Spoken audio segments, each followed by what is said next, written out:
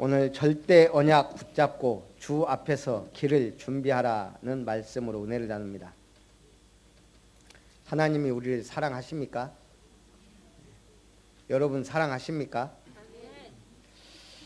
오늘 말라기는 처음부터 하나님이 2절부터 말씀하십니다.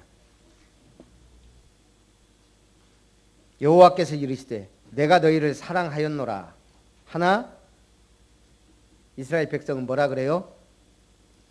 주께서 어떻게 우리를 사랑하셨나이까? 여러분 생각해 보세요. 실컷 피땀 흘려 키워놨더니 자식이 뭐라 그래요? 나를 사랑하기나 했습니까? 하면 어떠겠어요? 지금 하나님의 심정이 그와 같다 이 말이에요. 제가 지난번 메시지 하면서 정의와 공의를 얘기했어요. 지난주에. 그 의자가 한문으로 두 글자가 붙어서 된 거예요. 뭐예요? 양 밑에 나예요. 양 밑에 나. 신기하죠? 한자의 의자가 우리가 지금 죄인이에요? 의인이에요? 구원받은 의인이에요. 왜 의롭게 됐어요?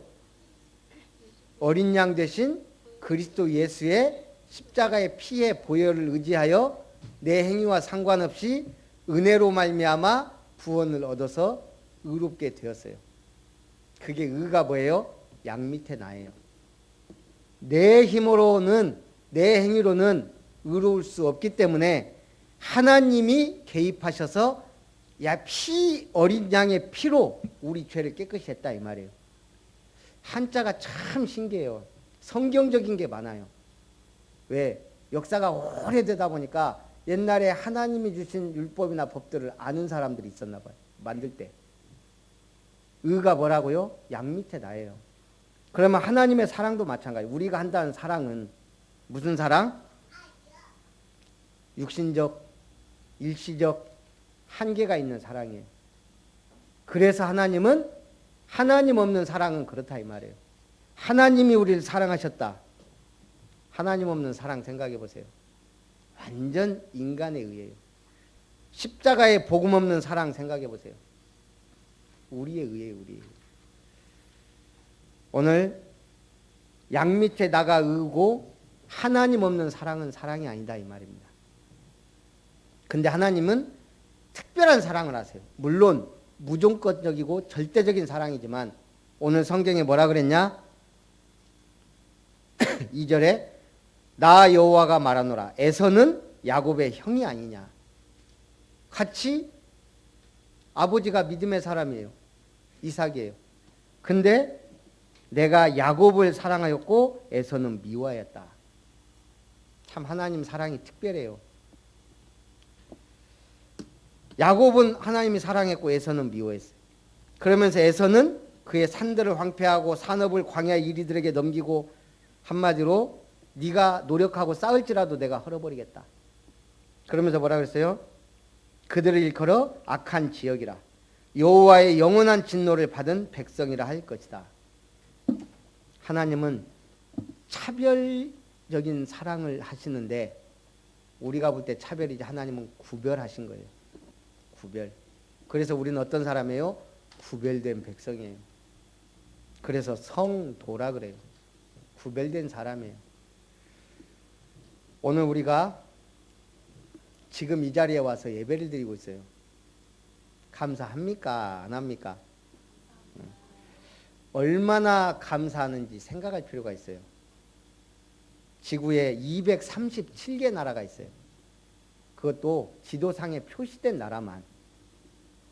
국가도 아니고 인정받지도 않은 나라들까지 다 하면 엄청나요. 저기에 보면 237개 나라가 있는데 제가 이게 요즘에 나라에 대해서 쭉 보다 보니까 크리스마스 섬도 있어요. 어디 있는 줄 아세요? 동남아시아 쭉 밑에 호주 위쪽 동남아시아 쪽에 붙어 있어요. 그게 호주령인가 영국령인가 그래요. 그런데 저기 나라에 크리스마스 섬이 딱 있더라고요. 그런 나라들이 엄청나게 많다는 얘기예요. 지금 지구에 몇만 명이 살아요?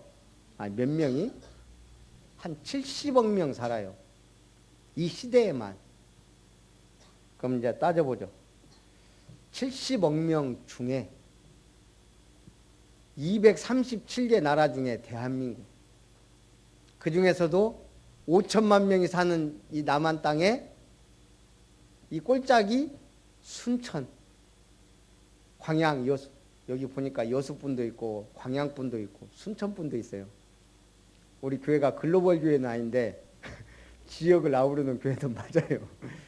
근데 순천, 광양, 여수 70만 명이에요. 그중에 지금 우리가 이 자리에 모여 있어요. 저하고 알고 지낸 지 10년 넘은 분도 있고 얼마 안 된 분도 있지만 저는 이 메시지 준비하면서 기적이다. 우리가 이렇게 만난 거. 예. 이 시대에 이 수많은 사람 중에 대한민국에 태어나서 순천 땅에서 이 아름다운 교회에서 예배를 드리는 이 자리가 하나님의 특별한 만남을 주지 않고 연결시켜 주지 않았다면 불가능한 일이에요. 여기 앉아있는 자체가 어떻게 보면 기적이에요. 거기다가 우리가 이렇게 번역된 성경이 있고 찬송을 부를 수 있고 목청껏도 안 부르지만 마음껏 부를 수 있고 예배 드릴 수 있는 자유가 있는 것. 하나님의 축복인 줄 믿습니다. 오늘 5절에 너희는 눈으로 보고 이르기를 여호와께서는 이스라엘 지역 밖에서도 크시다 하리라. 말라기가 구약시대 마지막 선지자예요. 예수님도 오지 않은. 근데 이때 뭐라고? 이때 선민사상으로 꽉 쩔어 있어요. 우리 유대인은 하나님의 선택받은 사람이고 나머지는 다 이방민족. 구원받을 수 없는 민족. 하나님도 없고 율법도 없는 민족. 언약밖에 백성. 그런데 오늘 성경은 뭐라 그랬어요? 이스라엘 지역 밖에서 크신 하나님이다. 우리는 지금 그걸 누리는 시대에 앉아있단 말이에요. 어떻게 이 작은 대한민국까지 복음이 들어와서 우리가 지금 이렇게 예배 드릴 수 있는지 이제 진짜 감사하죠. 아직 덜 감사해요. 첫 번째, 제사장들과 이스라엘의 타락입니다. 그렇게 하나님은 나는 너희를 사랑한다 사랑한다 하면서 사랑을 주었는데 이스라엘은 뭐라 그래요? 어떻게 우리를 사랑했습니까? 라고 물으며 이 시대가 이렇게 물을 정도로 타락했단 말이에요. 제사장도 타락하고 이스라엘이 타락했습니다. 그 한 4-5가지로 정리를 해보면 하나님의 사랑에 대해 무감각해져 버렸어요. 무감각. 그래서 형식적 신앙생활이 돼버린 거예요. 우리가 경계해야 될 게 뭐예요? 복음 가진 우리가 형식적 신앙생활을 경계해야 돼요. 결혼을 하면 부부 생활을 해야 돼요. 형식적인 가정생활을 하면 그게 뭐가 되냐? 뭐라고 돼요? 그 하숙집이 돼버려요. 결혼하기 전에 우리 청년들은 기도해야 돼요. 하나님 평생 감사하며 정말 영적으로 통하고 사랑하며 살 돕는 배필 만나게 해달라고. 그게 기적이에요. 그런 기도를 한다는 게. 저는 그렇게 기도해서 응답 받았는데도 싸워요. 부부간의 문제가 뭐예요? 감사가 없으면 그래요. 감사가. 정말 감사하다. 어째 만났을까? 어째 하나님이 이렇게 연결시켜 줬을까? 우리가 사소한 일로 다투다가 이걸 잊어버린단 말이에요. 사소한 것 때문에. 가정에 감사하시기 바랍니다. 그러다 보면 자꾸 사소한 일에 짜증내고 화를 내요. 혼자 사는 게 좋다고 생각될 때도 있어요. 가만히 생각해 보면 그렇지 않아요. 어떻게 이 귀한 만남을, 이 가정을 하나님이 주셨을까 봐야 돼요. 여러분, 꽃도 원래 잡초가 없어요. 잡초가. 자세히 보면 다 귀하고 아름다운 풀, 꽃이에요. 그런데 우리가 이걸 모르니까 하나님은 분명히 우리를 사랑하세요. 분명히. 그게 팩트예요. 그런데 무감각해지면 형식적이 된다 이 말이에요. 형식적인 신앙생활에 경계하시기 바랍니다. 두 번째는 영적 지도자들이 너무 중요해요. 책임이 중요해요. 영적 지도자들이 타락하면 바로 뭐가 돼요? 종교생활 돼버려요. 오늘 성경이 뭐라겠냐? 하나님을 공경함이 없다. 누가? 제사장들이. 하나님을 두려워함도 없고, 그러면서 우리가 어찌 하나님을 멸시했냐라고 반문합니다. 근데 하나님은 말합니다. 너희가 내 단에 더러운 떡을 드리고도 눈먼 희생을 드리고도 오직했으면 하나님이 뭐라겠냐? 나를 위해 성전 문을 닫을 자가 있으면 좋겠다. 제발 좀 성전 문 닫고 이것들이 안 들어왔으면 좋겠다. 그게 지금 하나님이 제사장들과 이스라엘에 대하여 하시는 말씀이에요.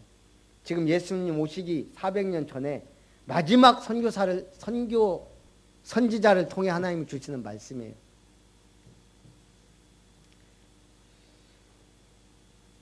종교 지도자들이 얼마나 중요해요. 우리는 바로 북한을 보면서도 알 수 있어요. 일제 강점기 때 일본 사람들은 특이한 게 자기들 때문에 우리나라가 발전했고 복을 받았다 그래요. 틀린 말은 아니지만 우리한테서 수탈해 간 게 얼만데, 우리가 그것 때문에 인간 취급 못 받고 산 게 얼만데, 솔직히 말하면 우리나라 때문에 저렇게 된 거예요. 6.25가 아니었으면 저렇게 일본이 됐겠어요? 어쨌든 이 일제강점기 때 신사참배 강요와 그들의 총칼 앞에 종교 지도자들이 신사참배를 오케이 한 거예요. 어디서? 평양에서. 지금 왜 북한이 저렇게 됐는지 우리는 생각해 봐야 돼요. 평양에서 신사참배는 우상숭배 아니다라고 땅땅땅 했다 이 말이에요. 그리고 북한은 지금 아예 예배 드리는 것 자체가, 종교 자체가 없어요. 김일성이 신인데.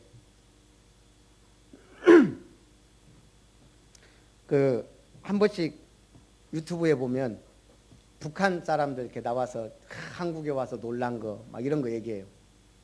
보면은 뭐 우리가 좀 이해했던 거, 뭐 화장실이 너무 깨끗하다, 막 놀랐다, 막 이런 얘기들 많이 하는데, 아주 잘 얘기한 한 사람이 있더라고요. 뭐라 했냐? 딱 첫 번째가 가장 놀란 게 종교의 자유. 북한에서 주체 사상에 완전 찌들어 있다가 여기 오니까 종교가 자유예요. 그 국정원에 가면서부터 믿는 분들이 많더래요. 특히 집사님들이.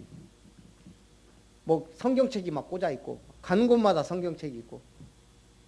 한국 땅을 밟았는데 온통 십자가 보면서 처음에는 안 믿었대요. 저게 피레침인가? 왜 이렇게 십자가가 많은가?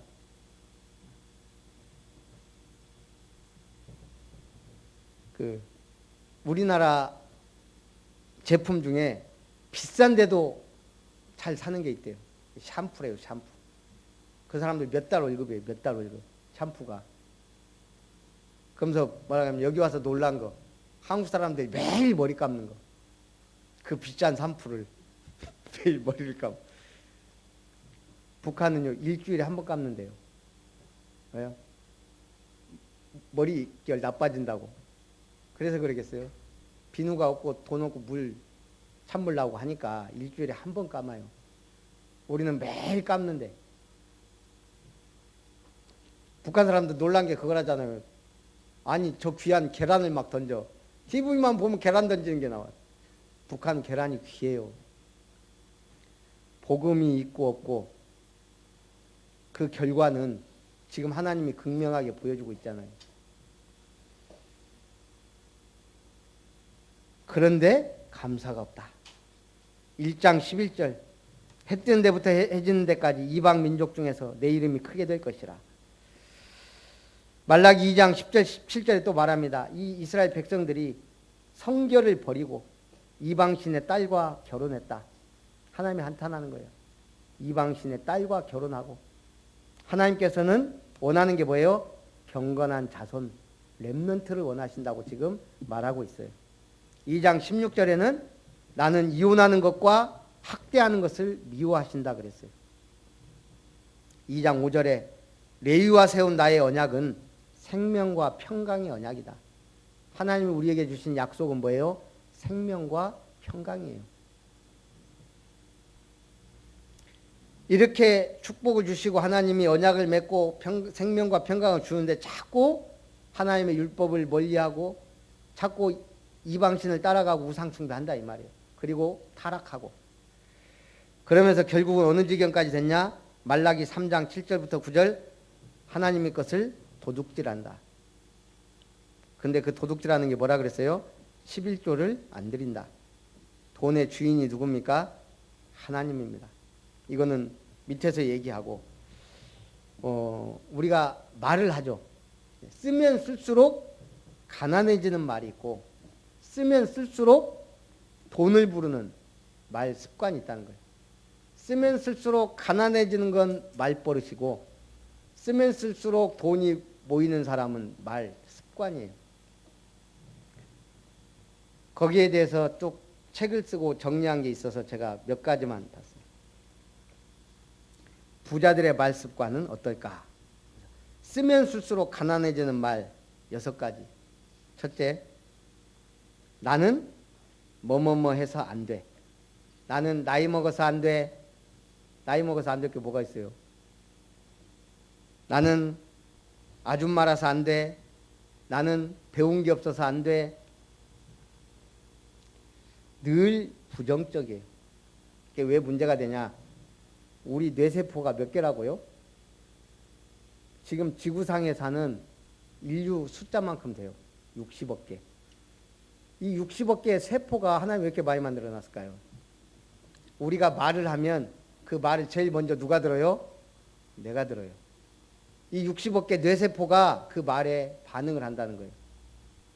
주인님이 말했는데 세포들이 쫙 일제히 그 말을 듣고 행한다는 거예요. 그래서 우리의 말은 명령이에요. 그럼 우리의 말이 내 뇌세포에 전달돼서 이 말대로 지금 이 세포들이 움직인단 말이에요. 60억 개가.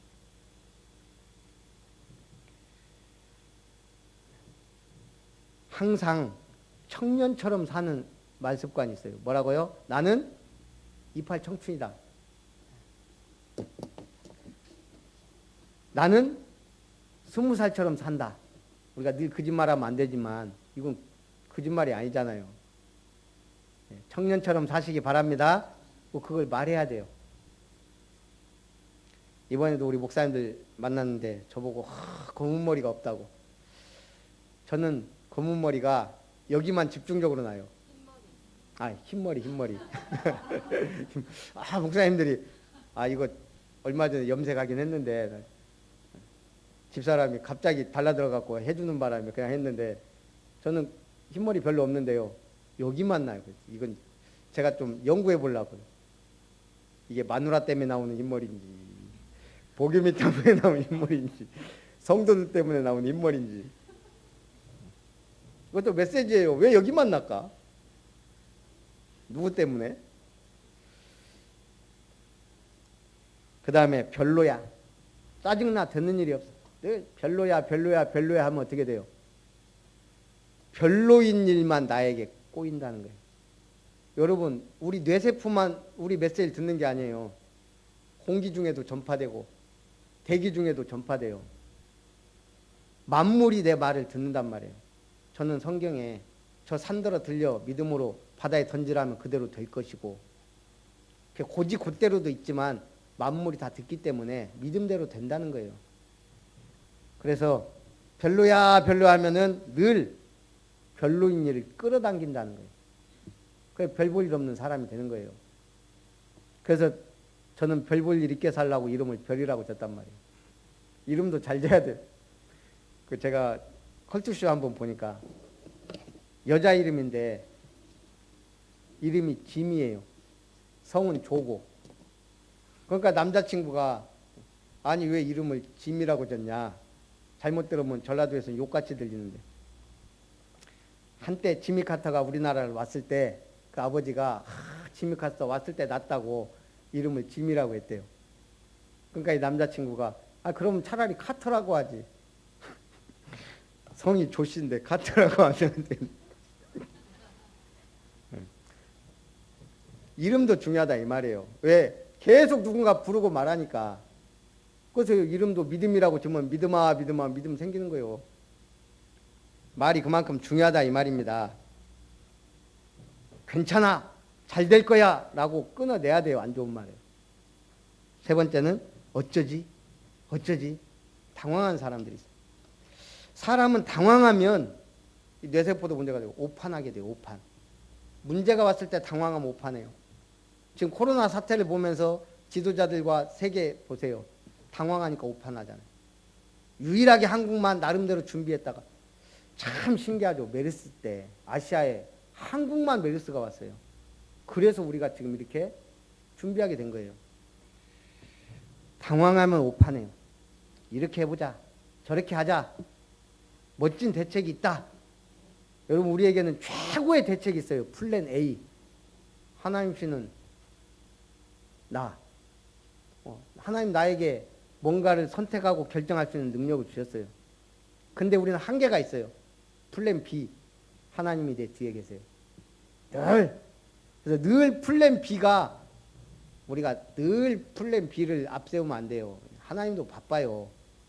돈 주세요. 뭐 하세요. 이렇게 심부름 시키지 말고 내가 할 수 있는 건 하고 닭 잡는데 소 잡는 칼 쓸 수 없잖아요. 플랜 B가 항상 있다는 거. 하나님께서 나의 영원한 백이에요. 하나님 나라가 나의 배경이에요. 성령께서 역사하세요. 우리에게는 최고의 대책이 있어요. 넷째가 걱정이에요. 아이가 걱정이에요. 남편이 걱정이에요. 친구가 걱정이에요. 이 말은 진짜 걱정한다는 말도 되지만 뭐예요? 믿지 못한다는 표현이 깔려 있단 말이에요. 걱정이라는 말을 안 해야 돼요. 뭐 해야 돼요? 믿어주세요. 믿어주어야 돼요. 다섯 번째, 전 이게 의문이었어요. 수고하셨습니다. 이 좋은 말인데.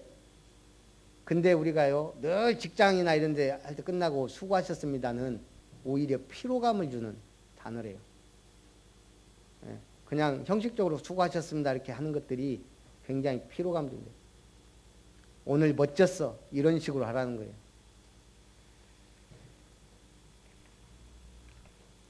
그 다음에 마지막 바빠 죽겠다. 이 말이 뭐예요? 우리 옛날에 많이 쓰던 말이죠. 바빠 죽겠다. 바빠 죽겠다. 바쁜데 죽겠다. 이 말은 뭐예요? 내가 하는 일이 뭐 열심히 하긴 하는데 능률적이고 효율적이지가 않다는 얘기예요. 그러니까 바빠 죽겠다. 여러분 바쁜데 돈 많이 버는 사람들은 그런 소리 안 해요. 바빠도 죽을 일이 아니거든. 기분 좋죠. 바쁜데 돈은 안 되고 그런 사람들이 늘 하는 말이 뭐예요? 바빠 죽겠다. 바빠 죽겠다. 그러니까 안 돼. 돈도 안 되고 인생도 죽을 일만 생기고. 바쁜데 넉넉하지 않다는 말은 내 삶이 문제라는 거예요. 말부터 고치세요. 희망을 말해야 됩니다.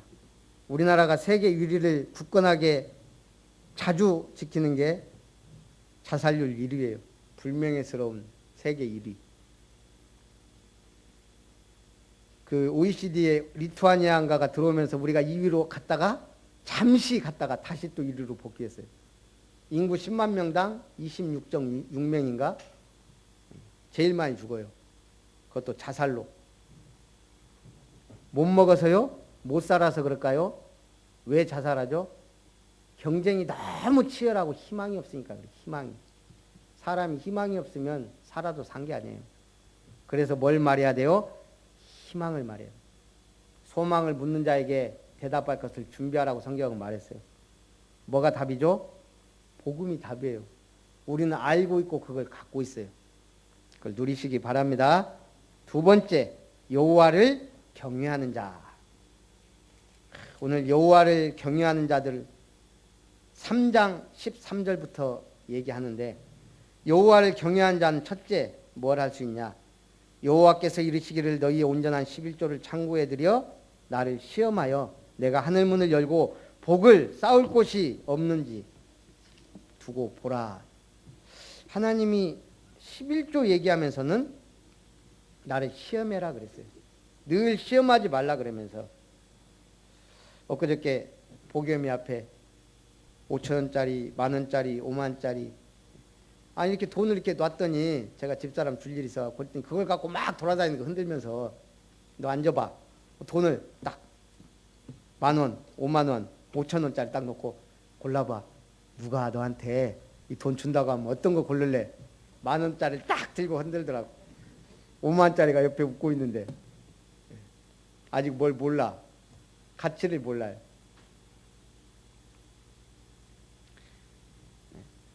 하나님이 거기에 뻥튀기 몇백 배를 줄 수 있는데 우리가 늘 고르는 게 그런 식이에요. 선택하고 고르는 믿음이 5,000원짜리라 50,000원짜리 옆에 두고 안 보여.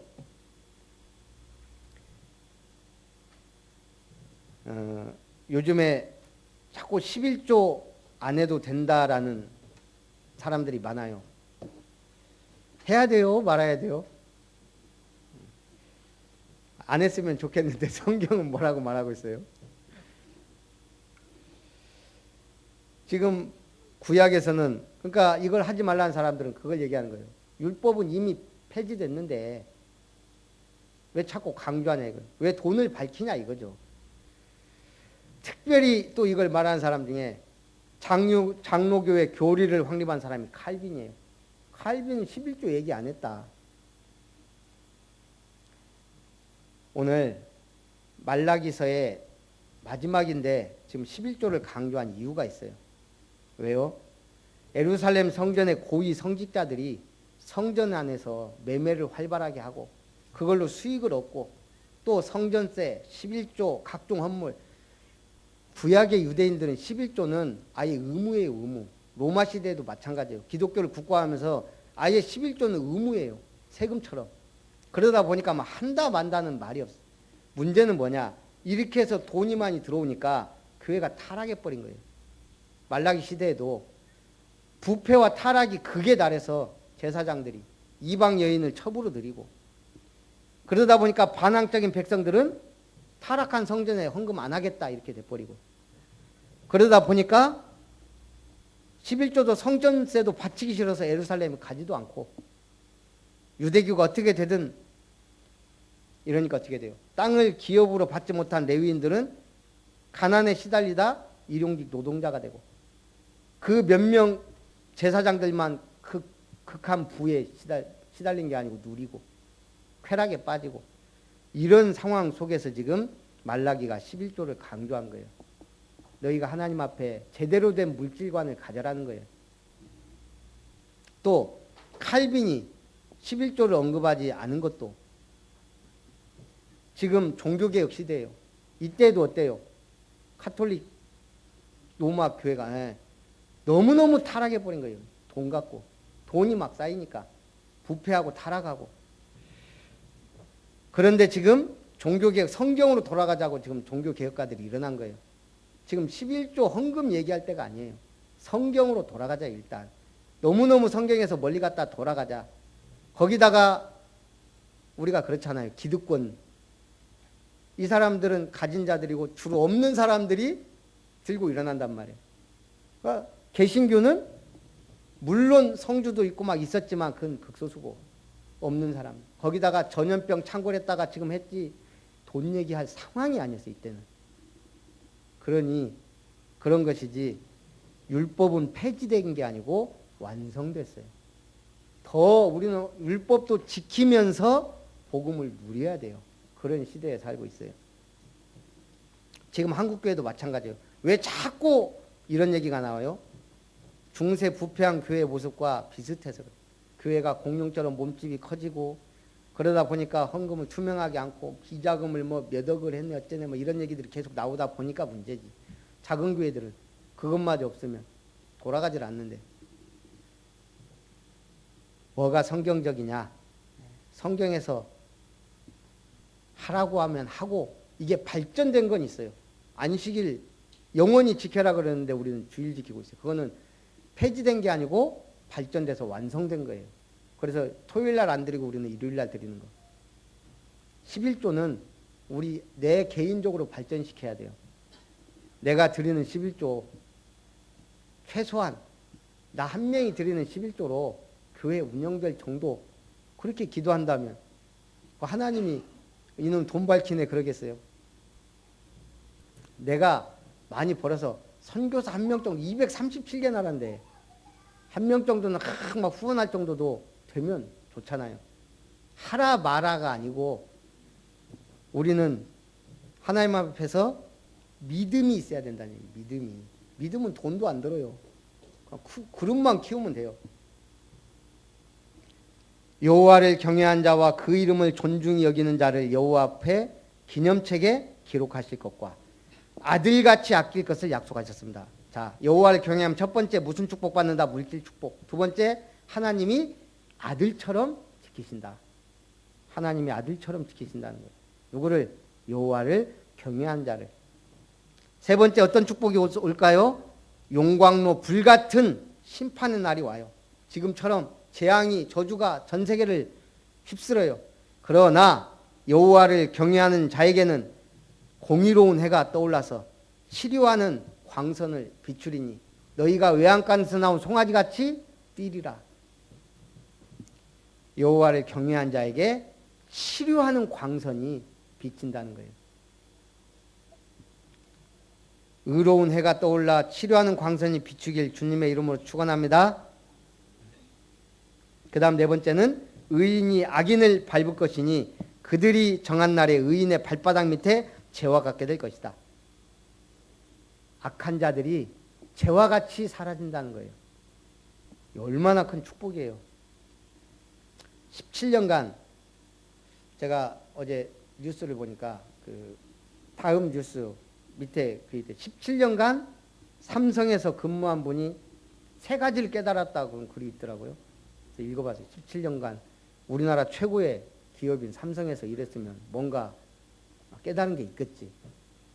첫 번째, 이 사람이 뭐 여러 가지 뭐 큰일, 작은 일, 막 중요한 일, 해외 근무도 많이 해보고 그러는가 봐요. 첫째, 그저 그런 사람은 없다. 물론 삼성에 그저 그런 사람이 들어갔겠어요. 하지만 스펙이 대단한 사람도 있지만 그렇지 못한 사람들도 있다는 거예요. 그런데 모두 다 저마다의 색이 있고 각자의 색으로 빛이 난다. 참 이 사람 제가 이걸 보면서 이거 보통 사람이 아니다. 그저 그런 사람은 없습니다. 교회 안에 천국에는 쓰레기통이 없듯이 교회에도 필요 없는 사람이 없다 그러잖아요. 옆에 분하고 인사해. 당신은 그저 그런 사람이 아닙니다. 빛을 발할 사람입니다. 여러분은 빛을 발할 사람이에요. 하나님이 너희는 빛이다 그랬어요. 빛이 되라고도 안 하고 빛이다 그랬어요. 빛을 발하기만 하면 돼요. 스위치만 켜면 돼요. 전기는 언제 들어와요? 스위치 켜면 돼요. 빛나지 않는 사람은 없다는 거예요. 두 번째, 팀워크에 대해서 얘기했어요. 사람의 힘. 첫 번째는 누구나 다 능력이 있고 힘이 있다는 거예요. 빛이 있고. 두 번째는 그 사람들이 다양한 사람들이 모여서 팀워크를 발할 때 힘이 어마어마한 능력이 나타난다는 거예요. 그래서 팀워크에 의한 퍼포먼스를 경험해 본 리더는 지속적으로 조직원들에게 팀워크를 요구한다는 거예요. 팀워크를 강조하고 요구해요. 혼자 잘나서 일하는 것도 중요하지만 팀워크가 너무 중요하다. 그래서 함께하는 것에 엄청난 파워가 바로 팀워크다. 저는 우리 교회가 최고의 공동체는 교회거든요. 교회 자체가 하나님이 밖으로 불러낸 자들의 모임이란 뜻이에요. 에클레시아. 뭐예요? 에크. 불러냈다요. 밖으로. 우리는 어디서 불러냈어요? 멸망과 흑암과 사단의 저주의 세상에서 끄집어내서 우리를 이 빛의 나라의 자녀들로 삼았다. 그게 교회예요. 그래서 여러분 여기 앉아있는 게 기적이란 말이에요. 세 번째, 저절로 이루어지는 것은 없다. 마지막으로 삼성에서 배운 가장 고마운 진리는 바로 공짜는 없다는 것이다. 수많은 프로젝트를 해오면서 때로는 내가 주도하고 때로는 내가 참여하며 성과를 내기도 하고 실패를 경험하기도 했다. 물론 이런 일들은 지금도 계속되고 있다. 때로는 무임승차를 해보기도 하고 때로는 독박을 써가며 혼자 끙끙 앓기도 했다. 매 순간이 힘겹지는 않았지만 버거울 때가 8알은 되었다. 특이한 것이 우리에게 주어진 짐이 무거울수록 우리는 성장했다는 것이다. 100%를 만족하는 계획을 세워 추진하다 보면 어느 날 70% 정도 달성을 하는 순간이 온다. 회사는 30%를 어서 하라고 하지 않고 150%를 하려면 무엇을 해야 하는지 요구했다. 70%를 개선했는데 80%의 과제를 더 주는 것이다. 그럴 때마다 미쳤다, 과하다, 불가능하다, 손사래치곤 했지만 결국 밀어붙여 안을 만들고 실행을 하다 보면 결과는 100%를 넘어 120% 정도를 해낸다. 사람들의 고열을 짜내어 만들어낸 성과다. 그러면 짜여진 고열 때문에 그들은 가루가 되어 부서졌는가? 그렇지 않다. 그들은 과정의 치열함과 혹독함을 통해 단련되었고 안 되는 것을 되게 만들려는 노력 덕분에 기존의 틀을 부수어내는 혁신을 생각해내곤 했다. 그리고 그 과정에서 그들은 단련되어 단단해졌다. 그리고 결과의 열매를 통해 성장과 함께 두둑한 성과금도 챙기게 되었다. 예. 하다 보니까 공짜는 없는데 열심히 안 된다, 불가능하다 생각했는데 도전하다 보니까 더 큰 일을 하게 되고 성과급도 두둑히 챙기더라 이 말입니다. 참 복음적이에요. 여러분 하나님 나라를 위해 힘쓰는 축복의 사람들 되시기 바랍니다. 그래서 오늘 말라기서는 제일 많이 등장하는 단어 중에 하나가 사자예요. 사자.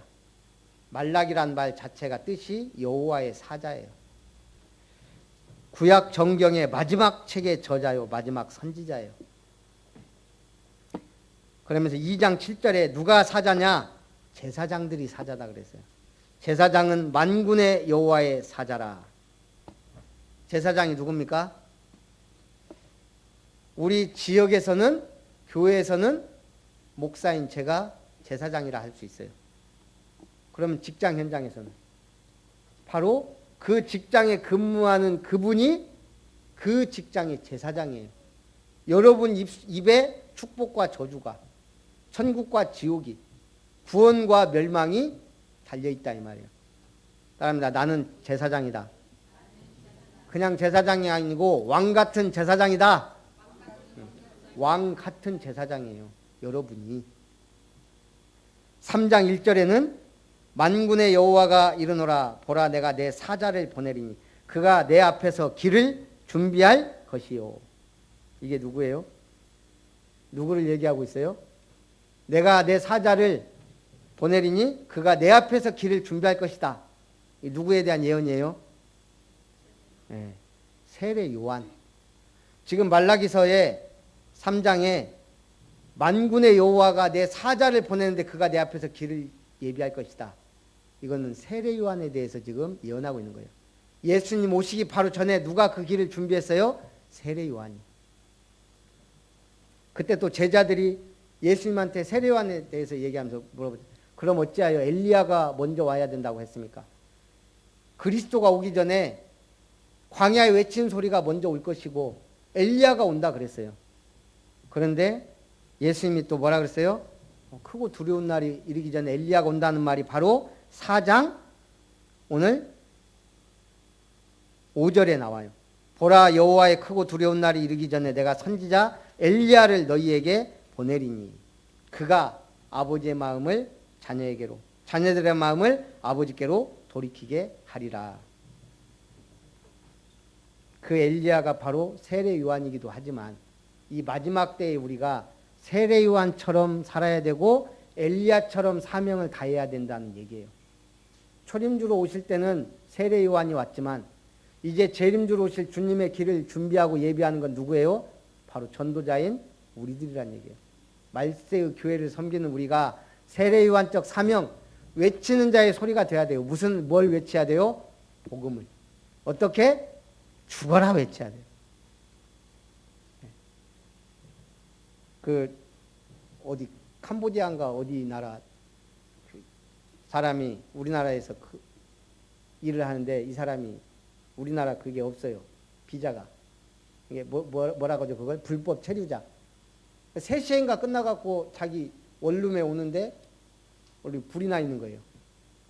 그래갖고 이 사람이 막 가서 소리친 거예요. 막 집집마다 방문 소리치니까 아무도 안 나와요. 새벽 3시에 다 자니까 집집마다 막 두들기고 2층에 여자 한 명 사는 거 아는데 인기척은 있는데 소리 안 나오는 거예요. 밖으로 나가갖고 막 타고 들어가갖고 문 열고 막 그러다가 소방차가 왔어요. 이 사람이 이제 자기가 불법 체류자니까 도망갔는데 이 사람도 화상을 입었단 말이에요. 그걸 알고 이제 그 뭐 지역의 교장 선생님이 이 사람을 이렇게 이제 치료받게 하고 갖고 국민청원이 막 올라간 거예요. 이 사람은 의사자로 의인으로 대우하고 영주권을 주자. 그래서 지금 아마 그 진행되고 있는 걸로 알고 있어요. 이 사람이 막 소리친 거예요. 불법 체류자인데 들키면 쫓겨나는데 왜요? 생명이 귀하니까. 우리가 마찬가지예요. 내 상황 사건 볼 때가 아니에요. 지금 뭐 해야 돼요? 외쳐야 돼요. 뭐라고? 예수는 그리스도라고. 그래서 첫 번째 우리는 어떻게 외칠 것이냐? 구원의 길을 그려라.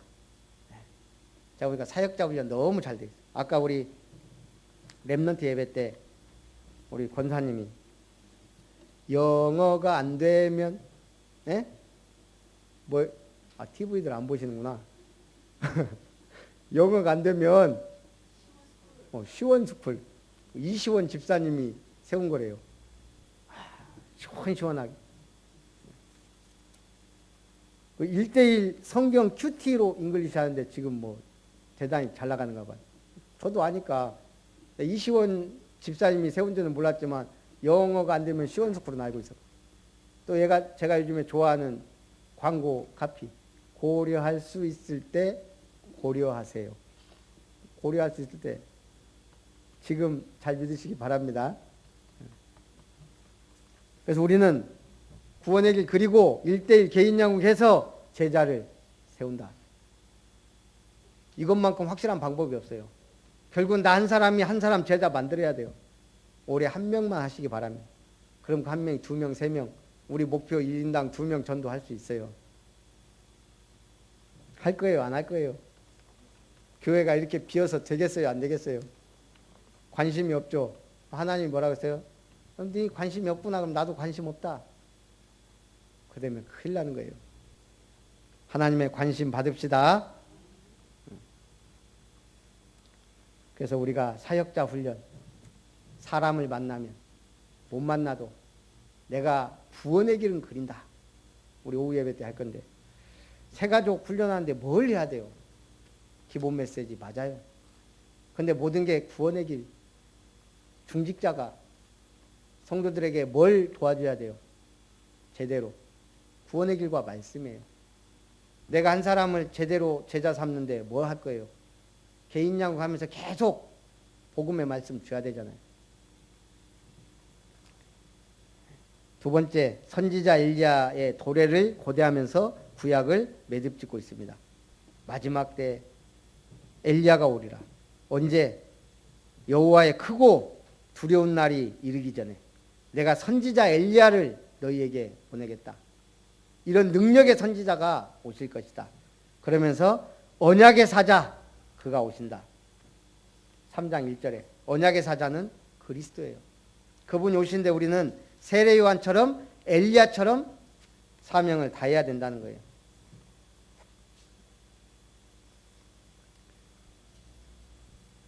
여러분이 교회를 위해 살 수 있는 게 뭐가 있어요? 큰 일이 많아요. 유튜브에 우리 강단 말씀이라도 부지런히 들으세요. 그래서 조회수 좀 올려주세요. 유튜브 볼 때마다 구독과 좋아요는 콘텐츠 제작에 도움이 됩니다. 그래요. 여러분들이 자꾸 구독하고 좋아요 해야 저도 말씀 전하는데 도움이 되면 힘이 납니다.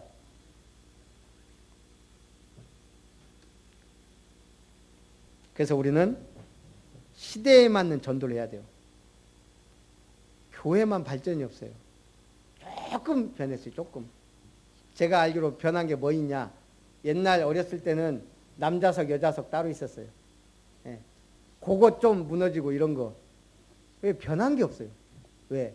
계속 율법적인 설교를 계속 하거든요. 한국교회가. 그러니까 변하질 않아요. 일본에 사시는 그 롯봉기 김 교수라는 분이 이렇게 올리거든요. 이분이 일본은 혁신이 없다. 변한 게 없다. 일본 잃어버린 20년, 지나서 30년 막 가고 있어요.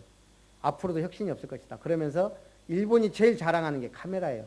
카메라 보이죠? 이 사람이 카메라도 수집하더라고요. 1950년대 카메라, 60년대, 70년대, 2010년대까지 딱 갖고 있어요. 변한 게 없어요. 똑같아. 디자인도 조금 가벼워졌어요. 2010년. 모양도 크기도 똑같아요. 무게만 좀 왜? 플라스틱 써서 좀 가볍게 하려고. 일본은 혁신이 없다는 거예요. 독일이 만든 거 카피해갖고 이 사람들은 그걸 작게 만들고 싸게 만들어서 내놨을 뿐이지 혁신이 전혀 없는 일본. 그러면서 한국 얘기하는 한국은 그래도 창의적인 게 많아요. 만들어내요. 워낙 똑똑해서 하나님이 은혜를 줘서 그런지.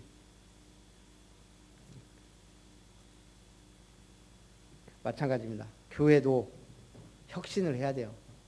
그래서 나온 게 시스템 캠프. 이제는 아파트 띵동띵동 들어갈 시대가 아니에요. 이제 아파트 마음껏 들어갈 수 있는 거는 택배하고 배달의 민족하고 그게 없어요. 교회 잡상인이에요. 잡상인. 대학 제가 순천대를 5년 10년 들어갔어요. 그냥 무조건 들어가 전도 뭐 열매도 제법 했는데 어쨌든 어느 순간 순천대 문을 잠그더라고. 그래서 주차비를 받아요. 그 다음부터 기분 나빠서 안 간 건 아니고 어떻게 하다 보니까 안 가게 됐어요. 이제 대학도 어느 순간 주차장 생기고 이제 대학 안에서 전도하면 약간 이상한 사람 비슷하게 치고 지금 시대가 그래요. 이제는 뭐 해야 돼요? 이제는 시스템 캠프를 해야 되고 문화 전략 써야 돼요. 우리가 갖고 있는 작은 기능 달란트 이것이 현장에 필요한 사람들이 있어요. 외국에서 온 분들 한글 얼마나 필요해요. 우리는 얼마나 줄 수 있어요. 그걸 시스템화 해야 돼요. 알아들으시기를 주님의 이름으로 축원합니다. 그렇게 해서 우리가 올해 전반기까지 100군데 말씀운동을 목표로 지금 하려고 하고 있습니다. 같이 응답 받읍시다. 살아계신 하나님, 절대 언약 붙잡고 주 앞에서 길을 준비하는 절대 제자로 하나님 앞에 영광 돌리기 원합니다. 주 예수님의 이름으로